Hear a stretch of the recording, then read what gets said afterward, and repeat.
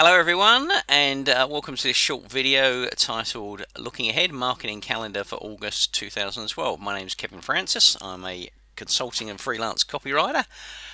You can find out more about me at my website, which is maximumresultscopywriting.com. Okay, let's get going. What we're going to do in this short video is have a look at the month of August 2012 at holidays, anniversaries, and other events that we can use to form the basis for an event-driven marketing promotion. Now, the reason we're doing that is that you will find that when running a marketing campaign or promotion, if you can give your prospects a solid reason why you're running the campaign, you're much likely to get better results.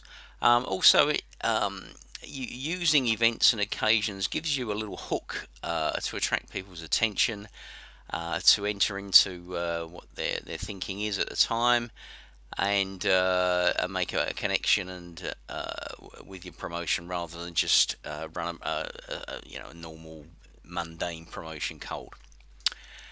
Now, in August, in this video, we're going to look at three events or occasions. There's a lot more than just three, but we're going to, for the purposes of this video, we'll look at just three of them. The first one is the Summer Olympics, which is probably the biggest event going on, and that runs through to August the 12th. Secondly is International Youth Day, and thirdly, not so much an occasion or any particular event, but the end of the summer and back to school. Ought to say at this point that August is usually a fairly thin month for events. Obviously, in the Northern Hemisphere, it's really the dog days of summer, and in the Southern Hemisphere, it's coming towards the end of winter. So there's not as many events and occasions this month, and there's certainly no major holidays as in other months. But even in this month, which is probably the leanest month of the year, there's still plenty of things you can use. So this Summer Olympics 2012, obviously being held in London from July the 27th through to August the 12th. You can obviously tap into themes of achievement and endeavour. Obviously, there's a number of major sponsors, which you can have a look at the sort of promotions they've been running to take advantage of their association with the games. McDonald's, for example, is one of the major sponsors. They've run a number of special Olympic themed meals, and other sponsors are doing something similar. International Youth Day falls on August the 12th.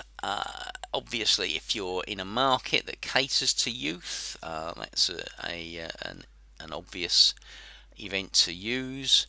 If you're involved with any sort of products involving youthfulness, again, that's a theme you can tap into there.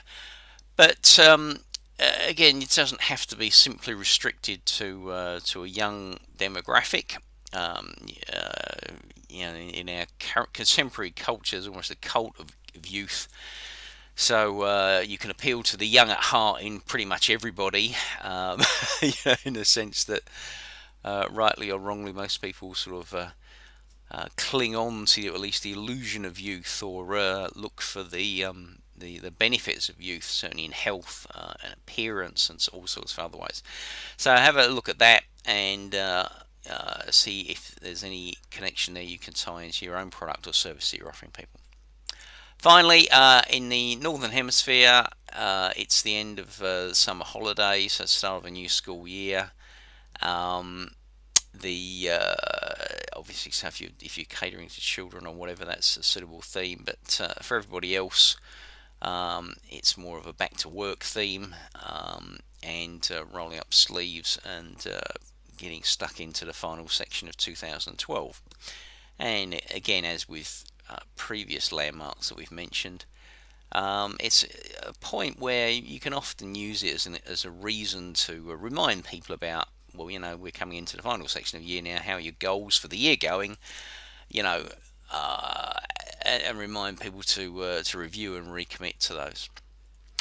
Okay, so that's the three. As I've said, there's a lot more than just three. Each month over at my blog at maximumresultscopywriting.com, there is an article looking through the events and occasions. So there's a post this month looking ahead, marketing calendar August 2012.